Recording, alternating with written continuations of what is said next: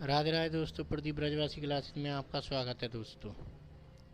आज मैं आपको दोस्तों यूपी टेट सी टेट में आए हुए प्रश्नों को हल करना सिखाऊंगा। तो बिना कोई शेषफल के निम्नलिखित में से कौन सी संख्या 9361 से विभाजित करती है। यूपी टेट 2013 में आया हुआ प्रश्न है दोस्तों ये। तो इस प्रकार तेरह तेरह का भाग देंगे इसमें। 13 एकम 13 किसमें 9361 में, क्योंकि हमें शेषफल नहीं आना चाहिए। तो इस प्रकार 13 सत्ते 91, दो बचे इसमें से उतार लिए 6। 13 एकम 13, 13 दूनी 26, 6 में 6 गया 0, 2 में से 2 गया तो 0। इस प्रकार एक उतार लिया। अब इसमें ना जाने की 0 लगेगी इस जगह। अब देखो इसमें शेषफल 1 आ रहा है। अब इसमें से फिर 11 का दे के देखेंगे इसी प्रकार। 11 8 88। अब इसमें 13 हो गए, 13 में थे 8 गए तो इस जगह 5 बचे, उतार लिए 6। 11 पंजे 55, 6 में से 5 गए तो 1 बचा, उतार लिया ये वाला 1। 11 एकम 11। तो देखो ये पूरी तरह विभाजित हो गया, तो इसमें शेषफल तो बच नहीं रहा है। यही इसका फाइनल आंसर है दोस्तों 11, क्योंकि 11 से पूरी तरह विभाजित हो जाएगी यह संख्या। तो आगे अब देख के क्या करें, उसमें भी रिमाइंडर ही निकलेगा। देखा, मोहन ने अपनी माँ से कहा उसकी गुल्लक में 11,000 1100 11 रुपये जमा हो गए हैं, तो वह राशि क्या है। ये उत्तराखंड टेट 2013 में आया हुआ प्रश्न है दोस्तों। तो इसमें कह रहा है 11,000, तो 11 × 1000। अब इसी प्रकार इसमें 1100, 11 × 100 प्लस 11, 11 रुपये लिख रहा है 11। अब 11 × 1000 करेंगे तो 11,000 हो गया। इस प्रकार 11 का गुणा 100 से करेंगे तो 1100 प्लस 11। अब इन सभी को जोड़ देंगे तो पहले अंक पर जो नंबर दे रखा है 100 तो 1 ही आएगा। इस प्रकार दूसरे नंबर पर जो डिजिट है 10 और 0 तो 1 ही रहेगा। इसी प्रकार तीसरे नंबर पर जो डिजिट है उसको जोड़ेंगे तो 1 और 0 तो 1 ही रहेगा। इसी प्रकार 4 नंबर पर डिजिट है, इसमें 1 और 1 2 हो गया। इसी प्रकार 5 नंबर पर तो इसमें कोई है ही नहीं है, तो 1 की 1। तो इस 12,111 रुपये निकलेंगे। यही इसका फाइनल आंसर है दोस्तों। इसका नेक्स्ट सवाल और है दोस्तों। तो इसी प्रकार इसमें ये दे रखा है सवाल में।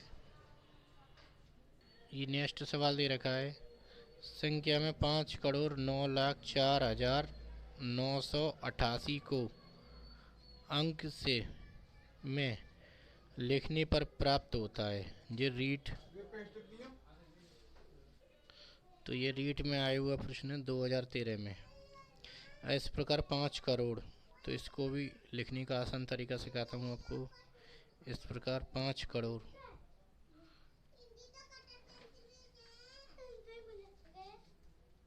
तो ये लिख दिया मैंने 1 करोड़। 1 × 5 करेंगे तो 5 करोड़ हो जाएगा। इस प्रकार 5 × 1 करोड़ कर दिया तो 5 करोड़ हो गया। इस प्रकार 9 लाख, 9 × लाख।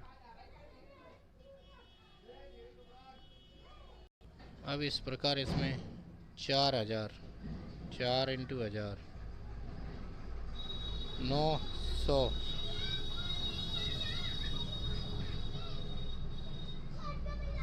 88। इस प्रकार मैंने लिख दिया दोस्तों।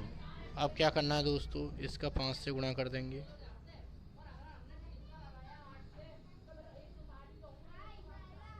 5 करोड़ हो गया, 9 लाख,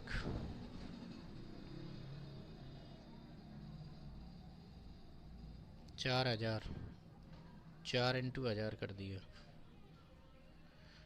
900, 9 इंटू 100 प्लस 88। अब इन सभी को ऐड कर देंगे दोस्तों। ये सबसे आसान तरीका है इस सवाल को हल करने का। तो 5 करोड़ है, तो इस प्रकार 5 करोड़ लिख लेंगे हम। 9 लाख, 0 0 0 0 0 9। इसी प्रकार 4000, 900,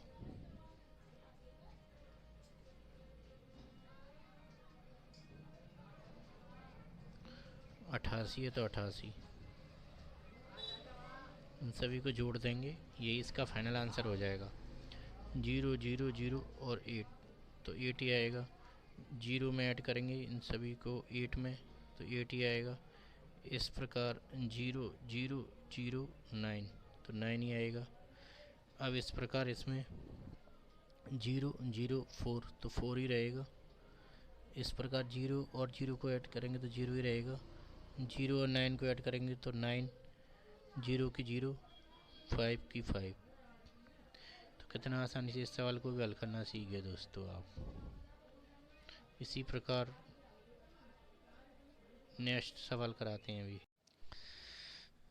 अभी नेक्स्ट सवाल दे रखा है, निम्नलिखित में से 25 से विभाजित कौन सी संख्या है। उत्तराखंड टेट 2013 में आया हुआ प्रश्न है। तो ये 4855, 5685, 6970, 7150। तो इस प्रकार की संख्या दे रखी है 4। तो इसमें 25 की विभाज्यता का नियम यह कहता है, 25 की विभाज्यता का नियम दोस्तों इकाई तथा दहाई के अंक 0, 25, 50, 75 होने चाहिए। तो वह संख्या 25 से विभाज्य होगी। तो इस प्रकार इसमें, तो इनमें से देखो लास्ट के अंक किस संख्या में मिल रहे हैं, तो डायरेक्ट आंसर भी निकाल सकते हैं। तो इसमें देखो ये 50 मिल रहा है कि नहीं, इसमें देखो, और किसी में लास्ट के अंक नहीं मिले इकाई और दहाई के, तो यही संख्या पूरी तरह विभाजित होगी। तो देखो मैं आपकी नियम की संतुष्टि के लिए इसको हल करता हूँ। 25 दूनी 50, एक बचा, इधर 2 बचे, उतार लिए 5, 25 अट्ठे द्वैस है 5 और 1 बचा, उतार लिए 6, 150 हो गए। 25 छिक्का 150। देखो पूरी तरह विभाजित हो गया, इसमें रिमाइंडर भी नहीं बचा। तो यह नियम की पुष्टि करता है। तो इसका फाइनल आंसर यही होगा, 7150। तो आपका कितना आसानी से इस सवाल को भी हल करना सीख गए दोस्तों। इसी प्रकार नेक्स्ट सवाल दे रखा है मुझे, शून्य में 60 से भाग देने पर भाज्य, भाजक और भागफल और शेषफल क्रम से हैं। तो इस प्रकार राजस्थान रीट में 2013 में आए हुए प्रश्न है दोस्तों ये। इस प्रकार इसमें क्रम से देखना है, क्रम से। तो पहले कौन सी चीज़ आनी चाहिए, तो इस प्रकार इसमें मैं भाग दे के आपको दिखाता हूँ, देखिए आप। तो 60 का भाग देना है शून्य में, तो 60 का भाग जब शून्य में देंगे तो शून्य बार ही जाएगा। अब इस जगह भी शून्य बचेगा, तो रिमाइंडर हमारा शून्य ही रहेगा। शेषफल है जो ये भागफल हमारा शून्य रहेगा। इसी प्रकार ये हमारा शून्य, ये भाज्य और ये भाजक। तो इस प्रकार अब हम इसको क्रम से लगाएंगे दोस्तों।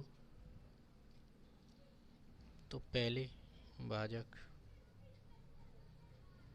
भाज्य, भाजक, भागफल, शेषफल। अब इस प्रकार दोस्तों इसमें क्रम से भाज्य क्या है 0, भाजक क्या है 60 है, लिखाइए 0 तो 0 लिख दिया, शेषफल क्या है हमारा 0। अब इस प्रकार ये है इसका फाइनल आंसर है। अब इसमें से क्रम से कौन सा लगा हुआ है वही इसका फाइनल आंसर होगा। तो इस प्रकार इसमें पहला मिल रहा है, देखिए आप 0, 60, 0, 0, तो ये क्रम से मिल रहा है ना, तो यही इसका फाइनल आंसर है दोस्तों। तो आप कितना आसानी से इस सवाल को भी हल करना सीख गए दोस्तों। नेक्स्ट सवाल।